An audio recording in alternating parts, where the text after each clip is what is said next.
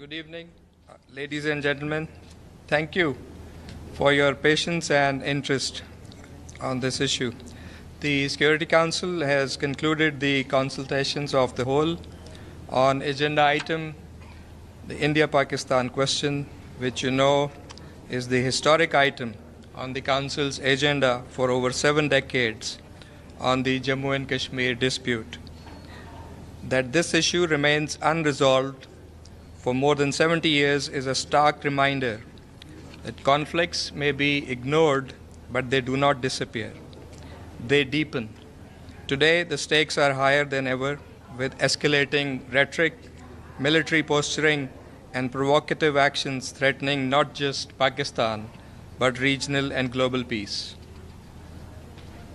There were 3 key objectives from this meeting. First, to enable the Council members to have a discussion on the deteriorating security environment and rising tensions between India and Pakistan resulting from India's unilateral actions and aggressive posturing targeting Pakistan that currently pose a serious threat to regional and international peace and security.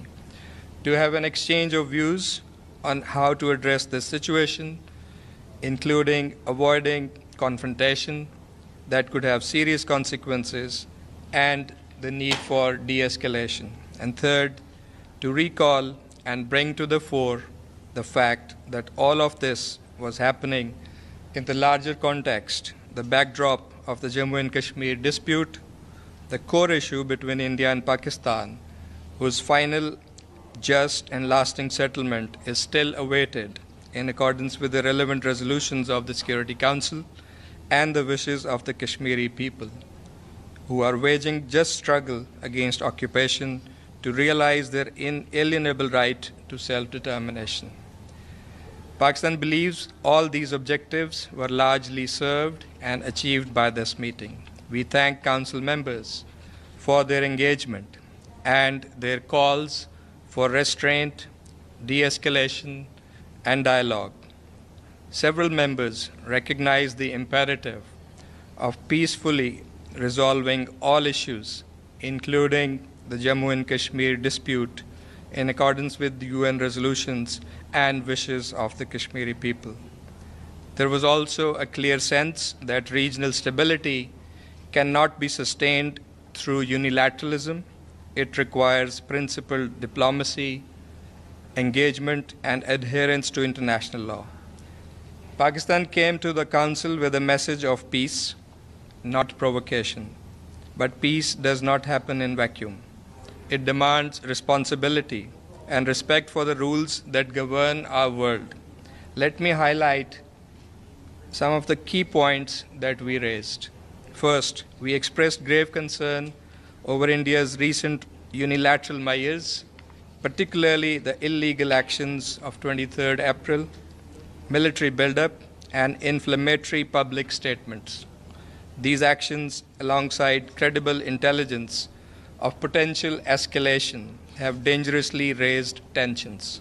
While Pakistan does not seek confrontation, we are fully prepared to defend our sovereignty and territorial integrity in accordance with Article 51 of the UN Charter.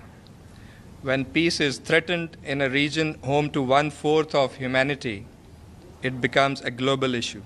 Second, we categorically rejected India's attempt to implicate Pakistan in the terrorist attack of 22nd April, an attack which has been condemned by Pakistan and all members of the Council. But what India is claiming is nothing but recycled allegations, unsubstantiated, unverified, designed to serve its political interests and strategic objectives, which include its efforts to divert attention from its repression and human rights violations in Jammu and Kashmir and to undermine the legitimate Kashmiri struggle for self-determination. Third, we raised alarm over India's unilateral suspension of the Indus Waters Treaty, a legally binding accord brokered by the World Bank and upheld during wars. Water is life, not a weapon.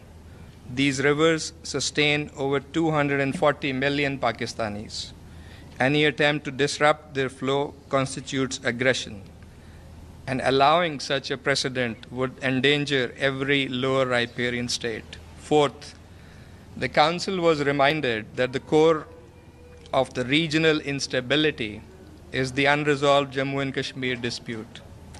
The Kashmiri people continue to face gross human rights violations, extrajudicial killings, arbitrary arrests, and forced disappearances, torture, demolition of homes that we are seeing now, restrictions on expression and media, and a systematic denial of the right to self-determination. Lasting peace in South Asia requires that the Security Council implements its own resolutions, including the holding of a UN-supervised plebiscite to let Kashmiris determine their own future. Fifth, we called out India's weaponization of disinformation, efforts to malign Pakistan, and fabricate narratives. We reminded the Council that Pakistan has been a frontline state in the fight against terrorism, sacrificing over 90,000 lives along with immense economic setback. India's attempts to distort this reality while ignoring its own destabilizing actions and involvement in terrorism abroad, including the case of Kulbhushan Jadhav and extraterritorial assassinations, must be met with truth, transparency, and accountability. Sixth, we reiterated our commitment to peaceful cooperative relations with all our neighbors, including India. We remain open to dialogue based on mutual respect and sovereign equality. We have also called for an independent, transparent, neutral, and credible investigation into the 22nd April incident. While we pursue peace, we will defend our interests and safeguard our sovereignty resolutely and at all costs. Finally, we urge the Security Council and the Secretary General to remain actively engaged in peacemaking and preventive diplomacy. The role of the Council is not just to observe conflict from afar, but to prevent it through timely and principled action. Ladies and gentlemen, peace must be built through dialogue, engagement, and respect for international law. India's current posture reflects none of these. The burden of peace must be shared. The people of Kashmir have waited far too long for justice, and the people of Pakistan will not stand by while their rights to water, to peace, to sovereignty are threatened.